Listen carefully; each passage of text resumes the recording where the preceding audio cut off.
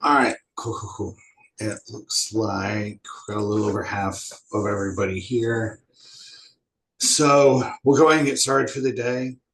Thanks for hopping on, everyone. Appreciate you. We're gonna keep going with our computer vision stuff. Let's see. I was gonna make maybe a couple announcements before we get started. So we're going a little faster than last semester, which is on purpose. The class I taught last semester, call it the class I taught last semester, didn't get as far as I wanted. I kind of front loaded all the theory stuff a little too hard because that's kind of the stuff I think is exciting and I think is important to know because it's only what the fourth day and I've already harped on it a lot that we want to be better than an engineer with a repo. We need to know more, and that kind of requires knowing the theory. But anyway, we're going pretty quick and we'll probably keep this pace up. So if it starts to get too fast, I'm sure everyone's fine up till now. We haven't done a ton.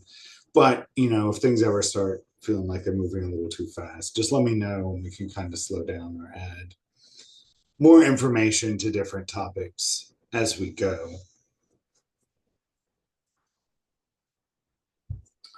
And let's see, I'm probably going to send out assignment one Tuesday, which I believe is the day it's scheduled to go out. And that's going to cover all the stuff we've done up until now, and then some of the stuff we're going to talk about next week with filters and edge detection. So, assignment one will be coming out next week, probably Tuesday. Let's see, everything for today's lecture, pretty much everything through unit one is on my courses right now. You can just go in and pull it down. So, it's got all the slides because I know it's helpful to have the slides, and it's got the videos are up there now from Thursday and Tuesday. So all the unit one stuff is there, and I'm actually gonna go ahead and share my screen.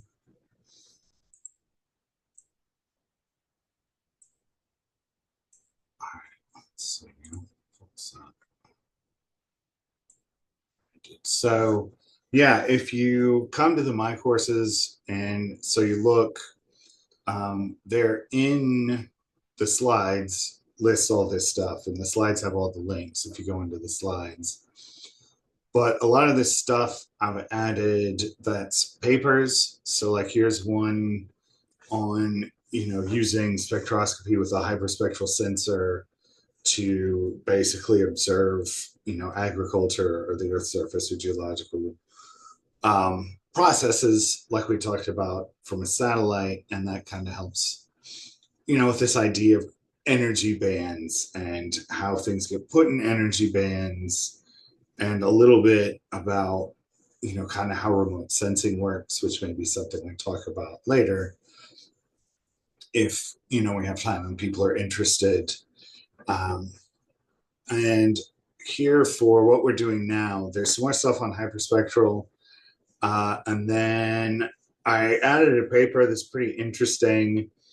It's similar to a lot of the stuff you see with AI now, where it's this idea of how do we kind of get buy-in or adoption. With AI, we sort of have the opposite problem where everyone is so excited about how it can do everything that people have bought in way too hard, and the bottom is probably going to fall out sooner or later. But this is kind of on the opposite end of the spectrum where we have computer vision, and it's a pretty well understood and thoroughly solved for some applications, but there's still issues with people trying to adopt it, especially when it comes to things like agriculture. And then also this paper I put up here about simulating human vision. So that really covers kind of a little bit more of the stuff I would cover in a game engine class in terms of how you sort of make a machine create an image that looks like what your eye sees. So kind of the idea of photorealism. In this case, using, pretty heavy computational algorithms for the ray tracing to try and really simulate kind of everything happening inside of an eye. So that's a pretty interesting paper, and it's definitely worth looking at because a huge amount of computer vision is being done with simulated images, simulated data.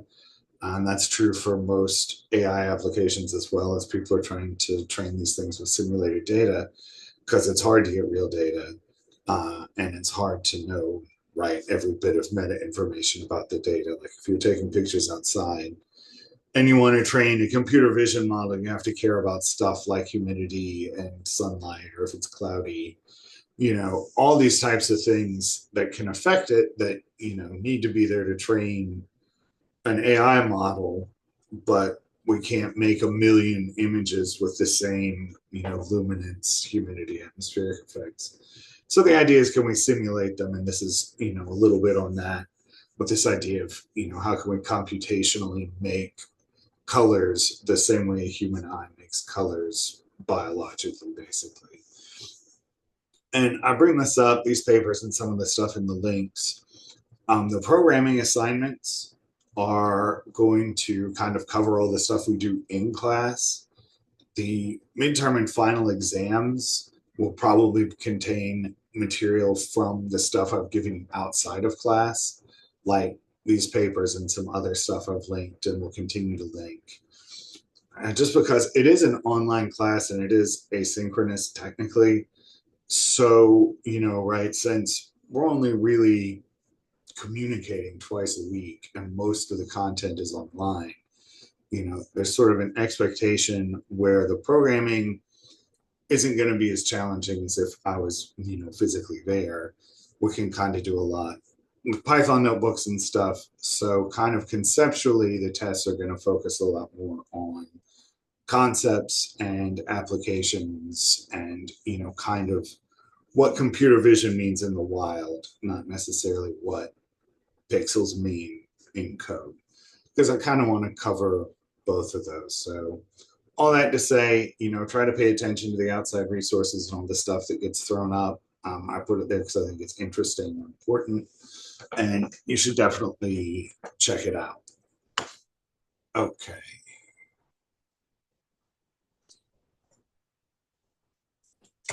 So that's where I wanted to start.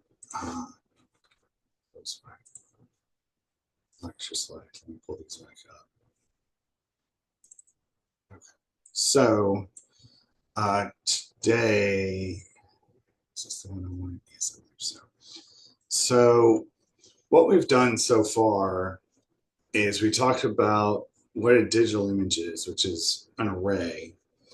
We talked about what a pixel is, which is just data within that array, where the pixel's location is the indices of the bigger array. We talked about pixel information can pretty much be any discrete value. It can be one number that's a 1 or a 0 for a binary image like a checkerboard. It could be a number between 0 and 1 for grayscale. It can be, we talked about YUV, which is 4 dimensions. We have RGB, which is 3 dimensions. And that kind of gets wrapped up into this idea where the format of a digital image is a coordinate system, right? You can think of, based off of whatever kind of image you have, that is some sort of coordinate system. And, we kind of sketched out a pretty ugly picture, but for RGB, you've got, a 3-dimensional coordinate system with a red value, a blue value, and a green value. And the pixels placed within that coordinate space determines, in RGB, its color. Or if we're a binary image, it would be if it's black or white. That's a 1-dimensional coordinate system that's essentially just either a 1 or a 0.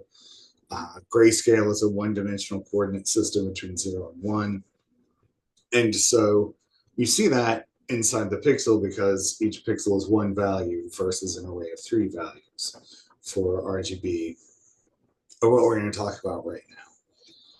So that is, the foundational background we've kind of done through here. Those first two classes was, it's an array, and the format of the array is a coordinate system, and the pixels are points within that coordinate system.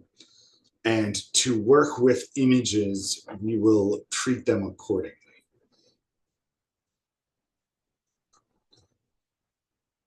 And what that means is almost all computer vision starts from a coordinate transform. So it is kind of on the surface level, when we think about it, it's, reformatting an image, right? It's changing the color scheme or changing the size or changing, the values around. The internal of that is that we are doing a coordinate transform from one pixel space to another, one image format as a coordinate system to a different image format as a different coordinate system. And so we went over this, and we're starting with RGB images because that's the easiest place to start. And it's also kind of what we work with the most usually. So we kind of established we've got this RGB coordinate system, and we've got this idea that we can transform to different coordinates. So we talked about, we can go from XYZ to R theta Z or rho theta. Oh, shit, I forgot which one that is. Psi, I believe. But we can go from, a three-dimensional space to a spherical space to a cylindrical space and move around between all of those based off of these transformation equations. So that's where we start from, and we're going to start from the idea of color spaces. So it's what it sounds like. A color space is just a coordinate space or format of a digital image that is based off of, a red, green, blue channel. So we're talking about RGB images, and they start in the RGB color space, and then we math at them to translate them to a different color space. And there are three that we're going to look at that are the most commonly used for computer vision.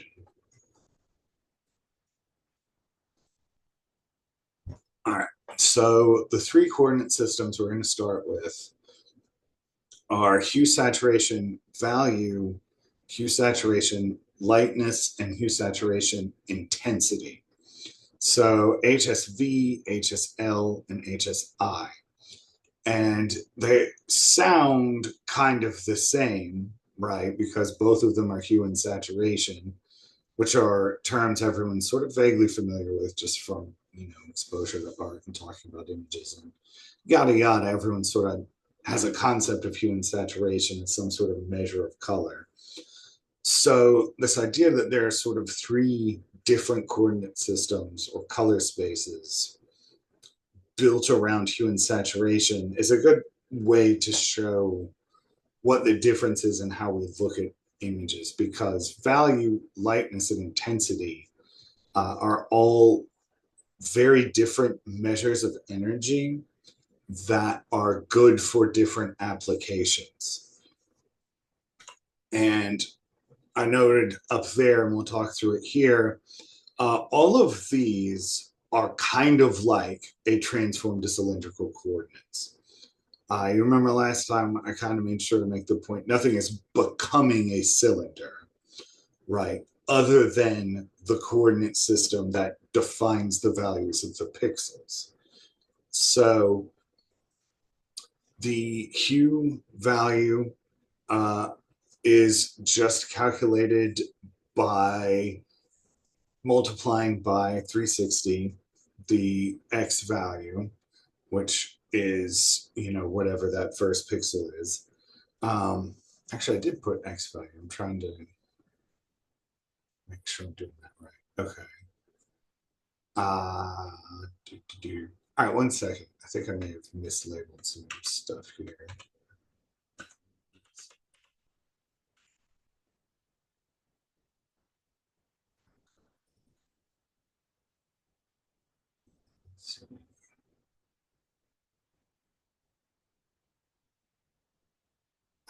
Okay. Uh, okay, yeah. So you can think of it's multiplied by 360, and X should be RG or B, is what this is. So for each color,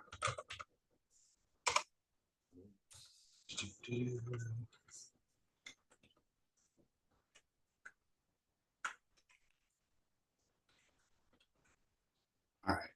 And what that's doing is for each color value, it is putting it on this sort of cylinder over here.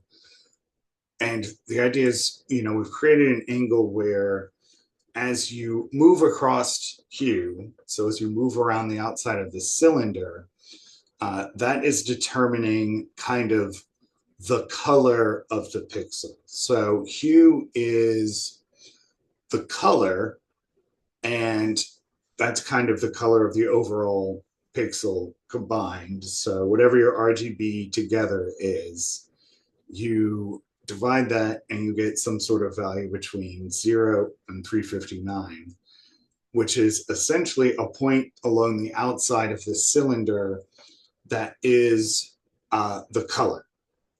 So saturation is basically how much of that color there is. So you can see saturation kind of starts at 0 and then goes out to the surface of the cylinder, and the color gets, more of that color the further out you go. So hue is kind of like what is, the average color, the color. Saturation is how much of that color is there, right? If something is really saturated, it's a really bright color. And if something is really desaturated, it's a really dim color. So saturation is, again, sort of a measurement of the energy of that particular color within that particular pixel. So, hue is your color, saturation is how much of that color you have, and then value or brightness is what I put here because you can kind of see it as both, is the objective brightest color in the channel. So the brightness value goes up as you kind of move up this cylinder. And so the brighter the brightest color is, the higher the value is, and the more it looks like that color. So that's HSV, where we are going to cylindrical coordinates that are basically, hue, which is color, saturation, which is how much of that color there is, how green is green, like we talked about before, how red is red. And then value is whichever color is the brightest. So it's kind of a measure of what the color is, how much of that color is present, and how intense the most intense color is. Here. And so one of the reasons we talk about this, and one of the reasons it's been around so long and it's built on a lot of computer vision, is because we are better at seeing HSV than RGB, right? And when you think about it, that makes a lot of sense because, when we as a person look at something and we say, okay, well, that tree is green, we're not thinking or processing visually this idea of that tree is, 40% green and 30% blue and 30% red, right? We're not really meant to process a color as a conglomerate of other colors, right? Our eyeball turns it into a color, but our brain doesn't look at that color as a sort of three-dimensional RGB object. What we do see when we look at things and sort of process them as people is we see the hue, which is basically the light's dominant wavelength. So when we see a hue, we see, like I said, what color it is the most of, or, the corollary there being which wavelength had the most photons or which wavelength had the most energy coming from the thing I'm looking at. So it's a measure of, a wavelength of whatever color the pixel is the most. Saturation is the intensity of that color relative to all of the other colors in that pixel. Which, if you look at the saturation calculation, it's, the maximum color minus the minimum color divided by the maximum color. So it's max of the 3 color bands minus the minimum of the 3 color bands divided by the max again. So you have, this value between 0 and 1 that determines how much of the hue makes up the entire pixel. And so the less the saturation is, like we talked about, the less bright it looks, the less intense that kind of color is. So you can have, washed out stuff. And again, you can just kind of turn a TV on and turn the saturation up and down, right, and see how this works. So it's a measure of, what the dominant color is, how much of that dominant color is found in that pixel, and then value is the lightness or darkness of the color. So, right, there's a color, there's a relative intensity to that color, and then there's, however light or dark it is within the pixel. And this is kind of all the stuff we do of color spaces, this is sort of the one that is the most human, right? The closest corollary to how we interpret light as we see it with our eyeballs. The other one we can talk about is hue, saturation, and lightness. And so in this case, it's kind of the opposite, where hue and saturation are kind of, the same as before. We can think about them as, the dominant color and how much of that dominant color there is. To do a hue, saturation, lightness transform, like I mentioned last time, there are some where we're going from RGB to 0 and 1 or 0 to 1 or some sort of singular value within a range. So to do HSL, we normalize everything from 0 to 1, and then we find the minimum and maximum values across all of the colors inside of our pixel. And then what we do is the lightness is just that min and max over 2. So lightness is an average of the 2 brightest pixel values, essentially. It's the average of the brightest and dimmest color. So to kind of, make that make sense, or maybe put it in a little more perspective, hue saturation value is the intensity of light in that pixel. So it's just a straight measure of what is the most energetic thing in this pixel. Which color had the most energy, or, when we're working at it, it's essentially out of RGB, whichever one is the max, is what we assign to value, which is akin to projecting onto the color black. So value is how close or far away from just black the pixel is, right? Lightness is the opposite. So lightness, we are projecting onto white, essentially.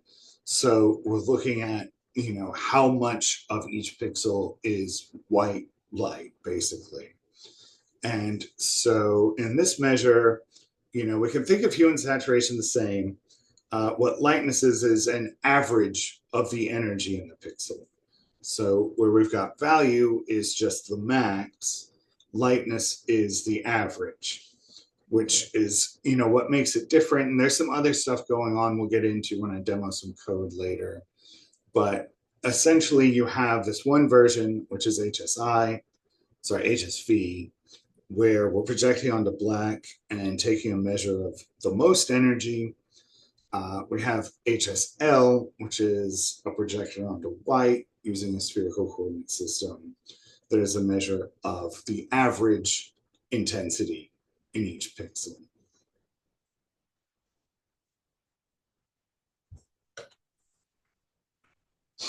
So what do we use these for?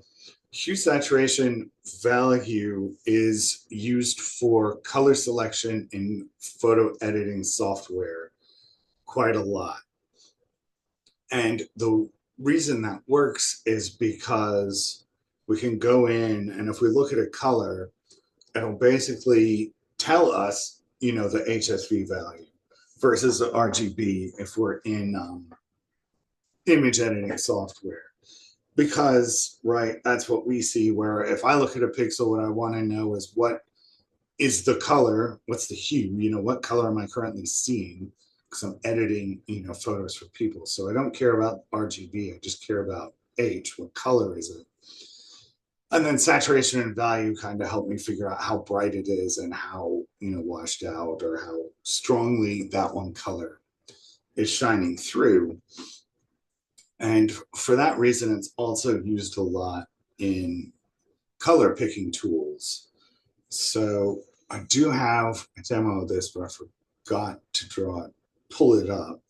So we're gonna look at some HSV stuff. Give me just 1 second.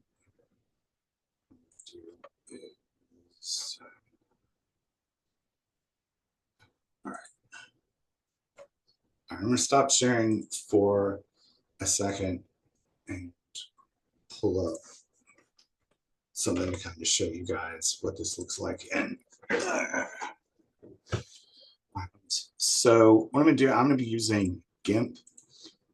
If anyone is not familiar with GIMP, it's basically open source Photoshop, and it's very cumbersome and hard to use for the reason that it is an open source version of Photoshop, but it's free.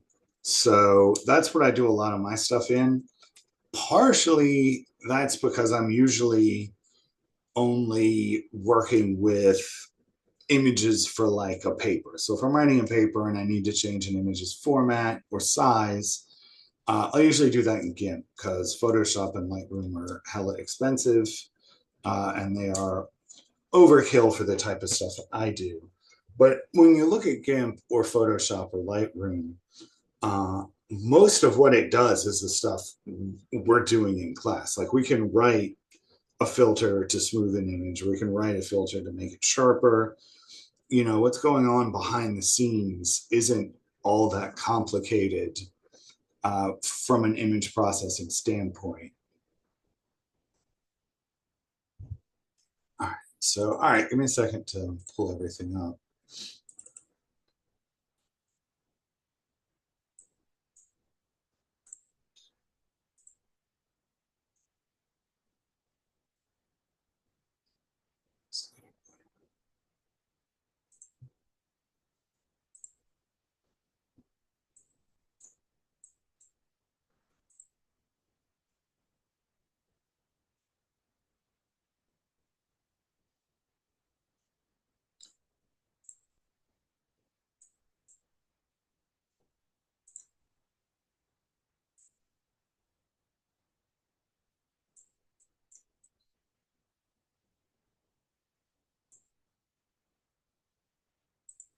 How many this?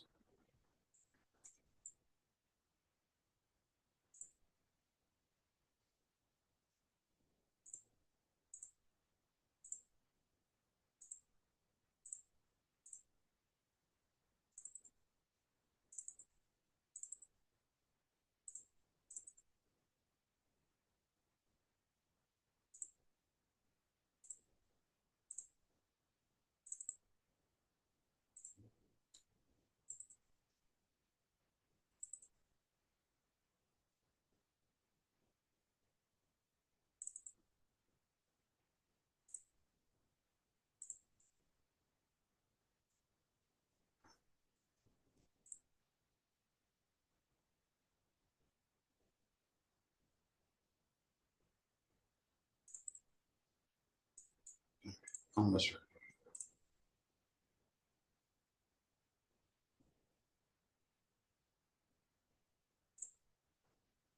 right. Okay. I don't pull this up and start sharing my screen again. So if we have our, our RIT logo up here, what you do is if you go to colors, you see color balance, and here's our hue chroma, or this is just it's kind of a way of saying lightness, and you pull all this stuff up, and if you select pixels, it'll give you the values for each one, and pretty much come in here and sort of see how all of this stuff works. So the main one I wanted to show. Okay, I'm going to come back to this because I forgot how it works and I didn't write it down because I'm not very smart. So I can't really show that stuff right away. What I'm going to do is I'll do another video kind of working on the stuff in GIMP to show what you can look at when you look at an image and you start doing color picking or photo editing. What you find out pretty quickly is that hue and saturation, changing those change the image in a measurable, appreciable way. You can see changing the value or the lightness changes the image in a much, much, much more drastic fashion. And that's why we kind of convert to these color spaces before we start doing editing, because it gives us a lot more control over things like its relative color to the rest of the image, or its saturation to the stuff around it. And so it lets you make really fine adjustments to color without having to adjust all 3 pixel values. When we're working with an RGB image, we like to be able to touch the array and see the RGB inside of each pixel. This is the same thing when we're working with an image. We want to be able to go into the HSV or the HSI and actually be able to adjust the values inside the pixel to work directly with the colors in the image. So I'll put up a demo of that. I actually think I already have one recorded because last time I tried to do it live, it didn't work. Which is, the challenge of teaching any sort of programming class is that any sort of demo requires doing programming, and programming never works the same way twice, right? Something's always going to break. So I will do that offline and get it uploaded. I'm going to keep going. So we've got hue saturation value and hue saturation brightness. So we kind of walk through these again. We've got our 2, kind of cylindrical transforms. And we'll talk a little more about, hue saturation lightness. So, value is what color is it, how much color is it, and how bright is the color, and that's kind of closest to human vision, blah, blah, blah. Here are the equations for hue, saturation, lightness. And this is a little more information on why we do most image editing in one of these 2 spaces. Human vision, like I said, is much better at seeing a color, not 3 values, and biologically we have cones to do that, right? We have our own little imaging sensor where in a camera you've got the image plane. Usually that's like a charge coupled device array where tiny little electrons on a chip, or electrodes on a chip, fire for however much of each photon it gets. Humans have rods and cones, which is basically an imaging surface that detects red, green, and blue light. But like I said, this is a computer vision class, not an ophthalmologist class. So we're not really thinking about the rods and cones part. We're thinking about how, as a human, we see a color, which is our hue and our saturation. And what that does is, by using hue, we get to work with a color for the pixel rather than RGB values. And so by turning it into just a color, by which I mean a hue and saturation, it makes it a lot easier for us to see and work with kind of in a hands-on way. And that's why, it's used in a lot of CV applications, because it is kind of one of the most intuitive color spaces. We're going to talk later when it gets to project one that you can create anything you want as a color space. It's just varying degrees of usefulness and intuitiveness. But this is an easy color space to work in for CV because it's intuitive to us as people, where, like I said, we're just defining what color it is and how bright that color is. And so, like I said, HSL is, I've kind of gotten here, it's subjectively the easiest color space for humans to edit photos in. Other people like different ones, which is totally fine. No two people are really gonna do post-processing of a digital image the same,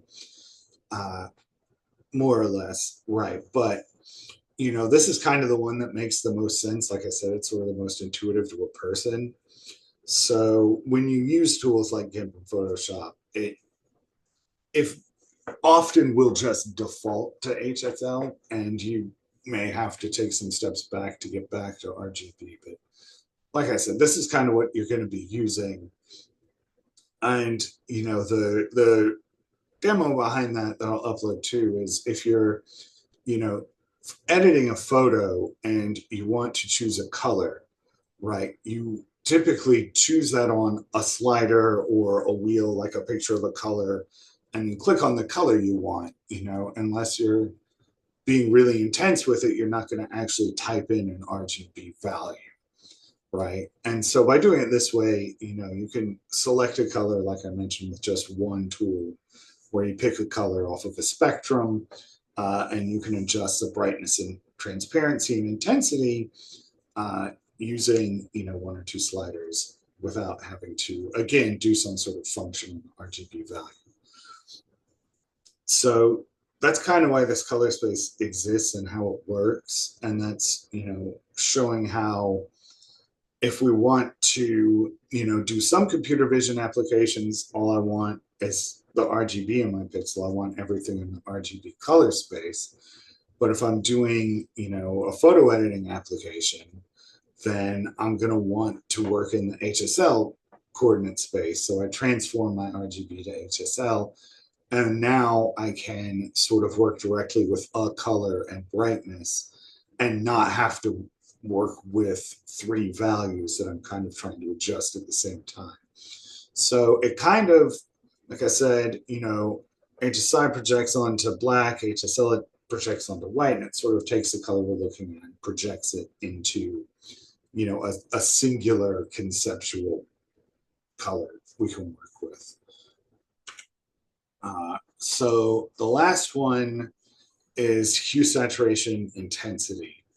So of the big three, there's hue, saturation, value, or brightness. It's usually called value. You'll always see HSV. Some people might call it brightness when you're out looking stuff up in the wild. Just remember, value and brightness mean the same thing, because they both mean what is the most intense color.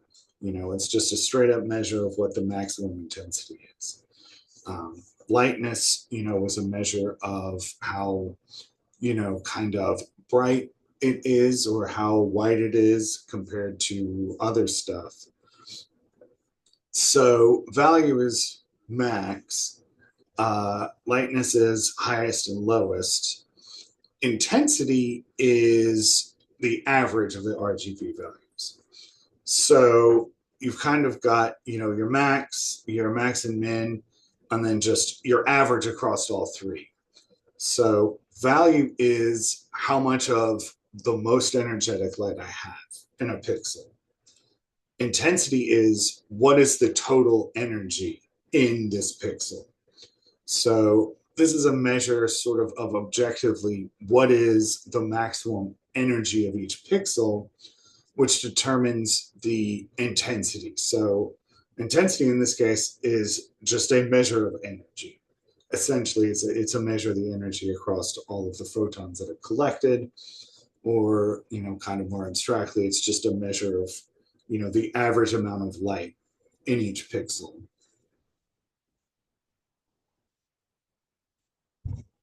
And you can think about this where, we've got HSV projects to black, HSL projects to white. HSI is projecting onto sort of a neutral space. So it's not black or white, it's more of just sort of an abstract dimension inside of a coordinate space. And you kind of see the picture is you've got white at one end and you've got black at the bottom, and sort of outside of these two cones, stacked on top of each other is, kind of, I guess you would call it a three-dimensional diamond kind of shape. I'm not real sure. But you essentially, the lighter something is, it starts, moving up along that cone, and the darker something is, it starts moving down along the cone. And, hue and saturation, again, are the same. So it's still just what color do I have the most of? How much of it do I have? And then intensity kind of moves up and down from, black where it's totally zero, or white where it's totally 100%. And it's just looking at the average across all the colors. So with value, all we care about is the maximum of, all of the values in the pixel. So only the max band contributes kind of to the final HSV color space. If you think about it like energy banding, we can do the same transformation with IR light or, UV, anything we've got in 3 energy bands. So, we're looking at, what's the maximum. So only, one value is contributing to V. I is the average across all of them. So every color contributes to I. So when we talk about HSI, HSI is sort of, it's number one in CV for color spaces. It's the big one we're going to do a lot of work in, but we will be working in all 3 of these for Project One. Project One will cover, the idea of a color space and transforming between color spaces. And in particular, can look back to here. You can see there's a way to calculate hue, H, S, and value, HSV. You can calculate all this stuff by hand if you know the RGB values. OpenCV and Pello can both do that for you. Obviously, OpenCV has a jillion transform functions to go from one color space to another. For Project One, you're going to do it by hand. So to do these coordinate transforms, part of Project One is going to be taking an image, calculating all of this for the image by looking at each pixel and each RGB value, and then returning a that image in the HSV, HSI, or HSL color space. So Project One, part of it is doing all these by hand, just to, reinforce this idea of, the image format as a coordinate space, and we can touch that and do lots and lots of stuff with it, including stuff that isn't in OpenCV that is, kind of custom to what our application might be at the time. So if you can do it by hand, and you can do, the ones that are common by hand. You can come up with your own and start essentially monkeying around with pixel values and transforms to turn it into, some measure across the image that you can then use to do processing.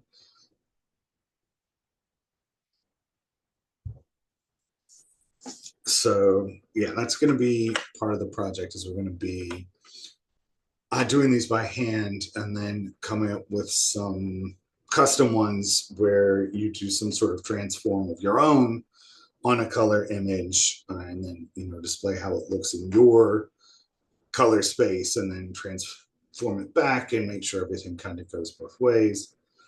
So color spaces are super important.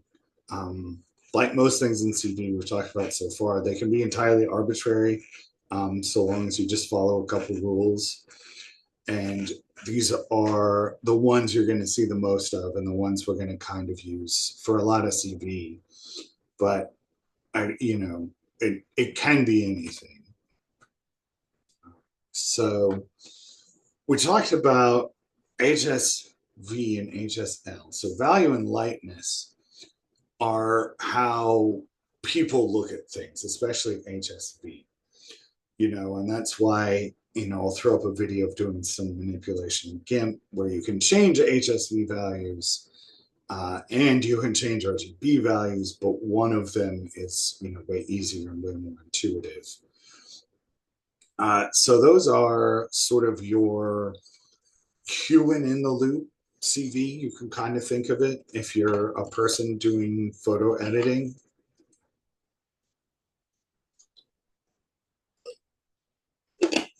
And if there isn't going to be a human in the loop, if you yourself are not going to go in and start selecting pixel values, then HSI is the best way for a computer to look at an image. Because, as a person, I care how much color there is. I care about a specific color. As a machine, I care a lot more about just the intensity within a pixel. I care a lot more about, as a machine, the total energy I'm looking at, or the total intensity relative to everything else, then I care about the color related to everything else. So HSI is how we kind of show computers RGB images to do their kind of computer vision stuff. So we'll do a lot less with HSV and HSL, because those are, very, like I said, human-centric, very user-in-the-loop ways of doing things. Whereas HSI is, not really intuitive to people, because we're not really thinking about how much energy is in the pixel objectively from like just a physical standpoint, right? But a computer is, and so computers, really like working with HSI images. And, that kind of makes sense, because hue and saturation is what is the color and how much of that color is there. And intensity, on the other hand, is, what is the, let's see,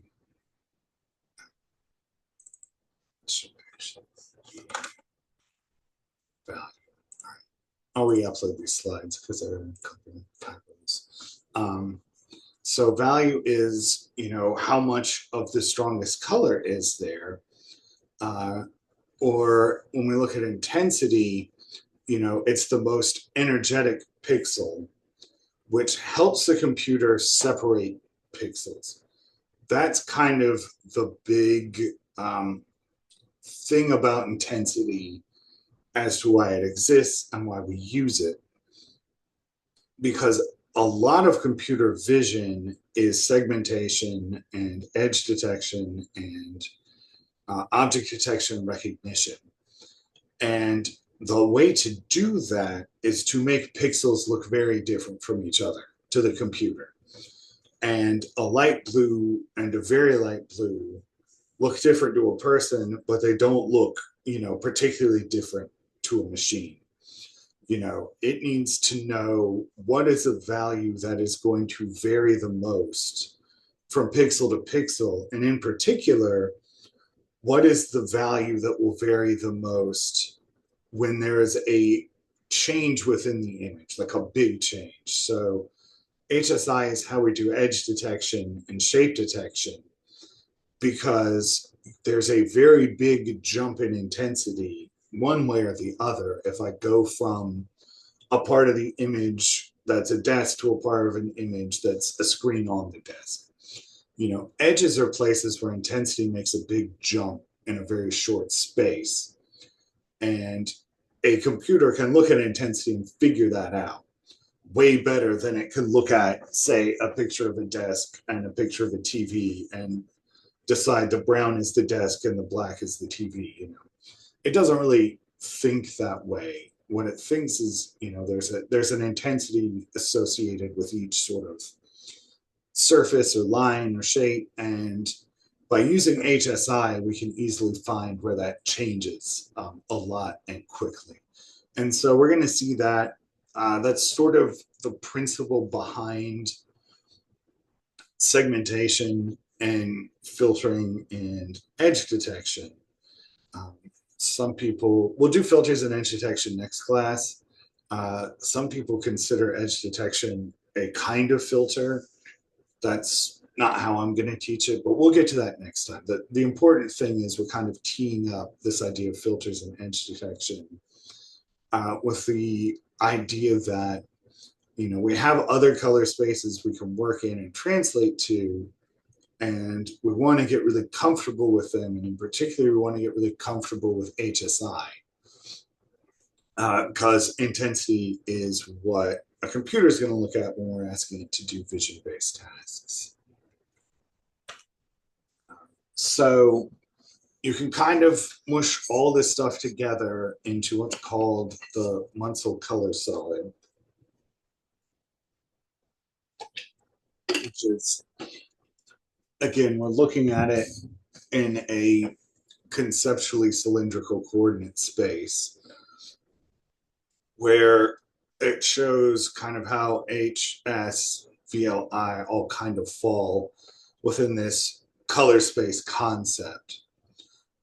So if you start on the outside with hue, which is, kind of where do you fall on the color spectrum or sort of 360 surface, but it's, the hue is as you move around the center, kind of rotating around the color solid, it's, what color is the pixel? What color am I? So, hue lies on this outside of, basically what is the color?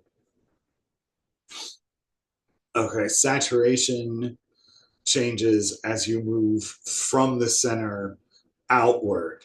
So that's kind of like saying, how much of that color am I? If I am pink, what saturation of that color am I? And you can see, saturation goes up as you move out from center. So very close to the center, everything just looks white because, I'm projecting onto white.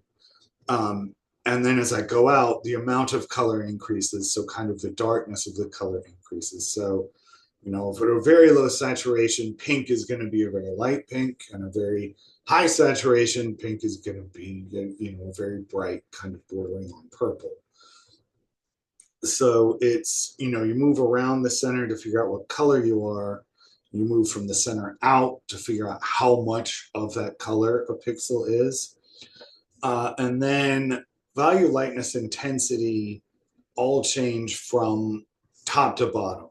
So those values all go up around the color solid, and you can see, towards the bottom, it's very, very dark. And as you start moving up, it gets lighter and lighter until you hit, again, white.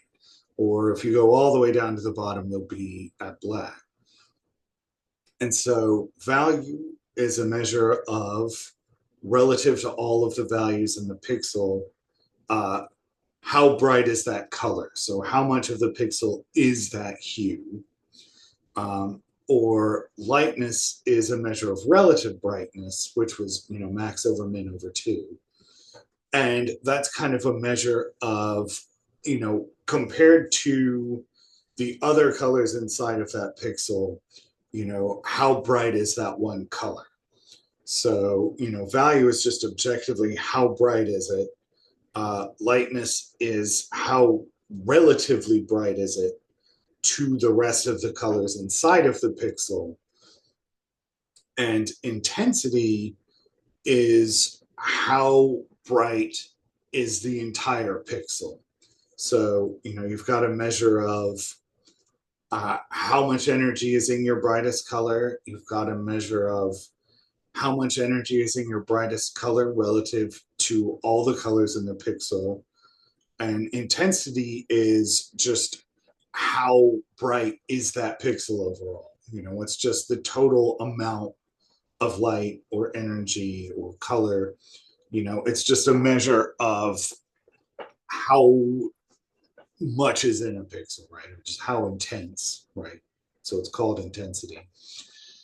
And so this really walks through those 3 color spaces and what they're used for. And, like we've talked about a bunch up until now, hue, saturation, and value or lightness, we kind of came up with and we use for people to do computer vision with editing and color selecting and saturating and desaturating images and all that kind of stuff. Value and lightness are kind of for us. Intensity is for the computer. So intensity is for the computer vision part to understand, what is different about this one pixel I'm looking at now versus all of its neighboring pixels or versus the entire image, right? And we can, like I said, because they are coordinate transforms, you can step back and forth between them. So what you will see and what you can do is before a person is going to touch the image, if we want to do something like pick out the edges and highlight them, we can do that with HSI, right? And then once we've kind of established what the pixels relationship to each other is and kind of found the pixels we're looking for, whatever our application is, then we can walk that back to an HSI, or an HSV or an HSL or an RGB, right? We can put it into this very machine-friendly color space, have the machine think about it, and then put it back into, our human-friendly color space to then, as people, interpret sort of the outputs of the CV in a way that makes sense to us. So let me see if these will work.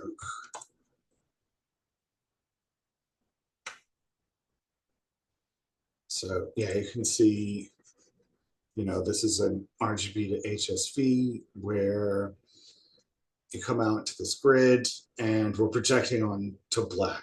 So, we're turning all our colors in this 3D space here into our cone with our HSV.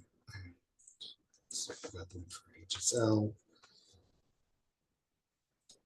So now we're projecting our 3-dimensional space onto white at the top. And so, it's a measure of basically how white or how dark, the pixel is. And there isn't one for HSI because we're going to find out next time you have to put work in to do that one. There's no OpenCV for that. What there are a lot of different algorithms. Some of them are free, some of them aren't. But it's a really sort of obnoxious roadblock to a lot of what we're going to do going forward, in that there isn't really sort of a good way to jump straight into an HSI color space. And then I've just listed a few things. Some of these we'll use, some of these won't. You'll probably just see them as you're kind of going about your day-to-day life doing computer vision. But, you've got white balance, offset, temperature, alpha, gamma. There are a few more. These kind of matter the most if you're trying to fiddle with cameras. So if you're kind of going in and working with a digital camera, these are sort of things you would set before you take the image that tell the imaging surface sort of how to interpret the photons that hit it. We may use some, we may not. I just kind of like to put these up there to let everyone know that yes, we're talking about RGB specifically in only those sort of three coordinates, and we're talking about these other color spaces that are only three coordinates. But when it comes to like a ray tracer rendering an image or a camera taking a picture, there's more kind of happening behind the scenes, and there are more properties that contribute and we can fiddle with. Um, we probably won't do a lot with digital cameras, so we probably won't touch these again. I mean, it's just kind of there for reference so you guys know what they are when you see them. All right, so that's it for kind of the theoretical foundation, right? Where we just wanted to, determine, like I said again, what's an image is our array, and the format of the image is the coordinate system the array is in, the pixels. And because we treat them like a coordinate space, we can do all sorts of transforms. They can be custom, they can be arbitrary, as long as you can step back and forth. And the primary ones we're going to be using are HSV, HSL, and HSI. And specifically for computer vision, we'll be doing a lot with HSI. So that's kind of how we go from RGB to these other formats and why we're going to be working in the ones we're going to be working in.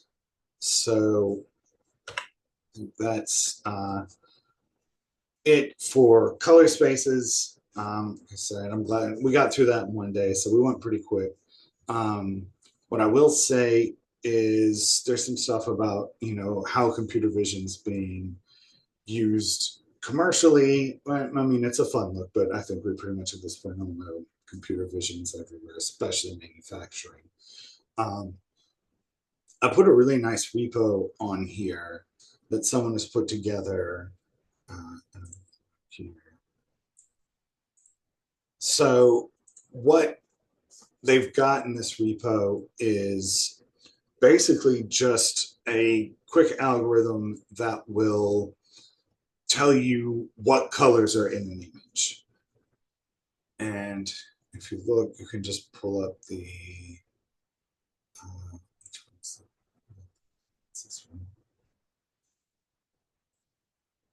yeah, so if you look at their Python notebook, you can go in and see it starts from this picture, and you've got some conversions here, and you're moving to grayscale and doing some resizing, some formatting. You see RGB to hex.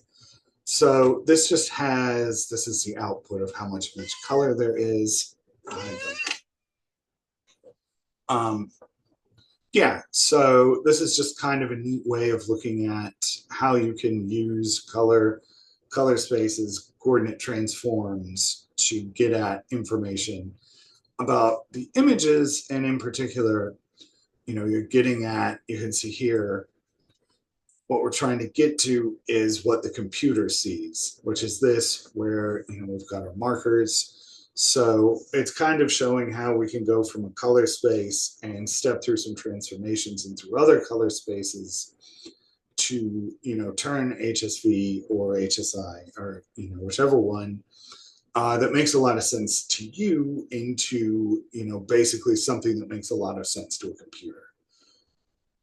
And it's breaking down that whole CV isn't necessarily built on human vision, and kind of here's the differences and how we sort of go from what makes sense to me to what makes sense to my computer, my Python code.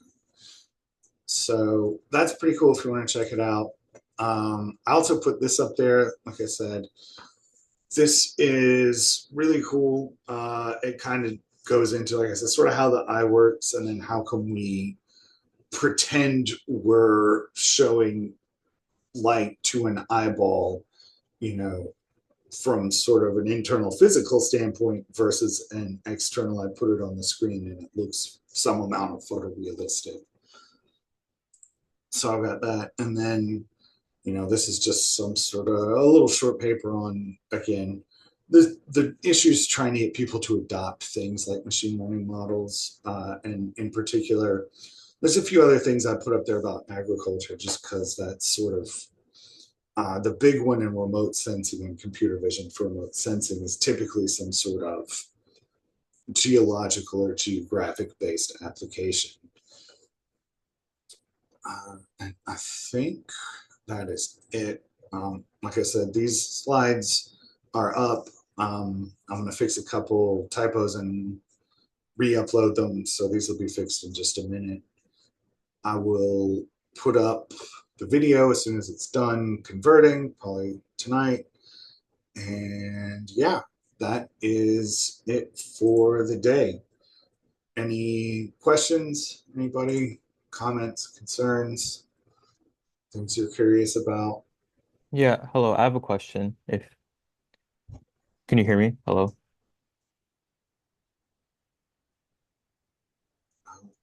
Okie dokie.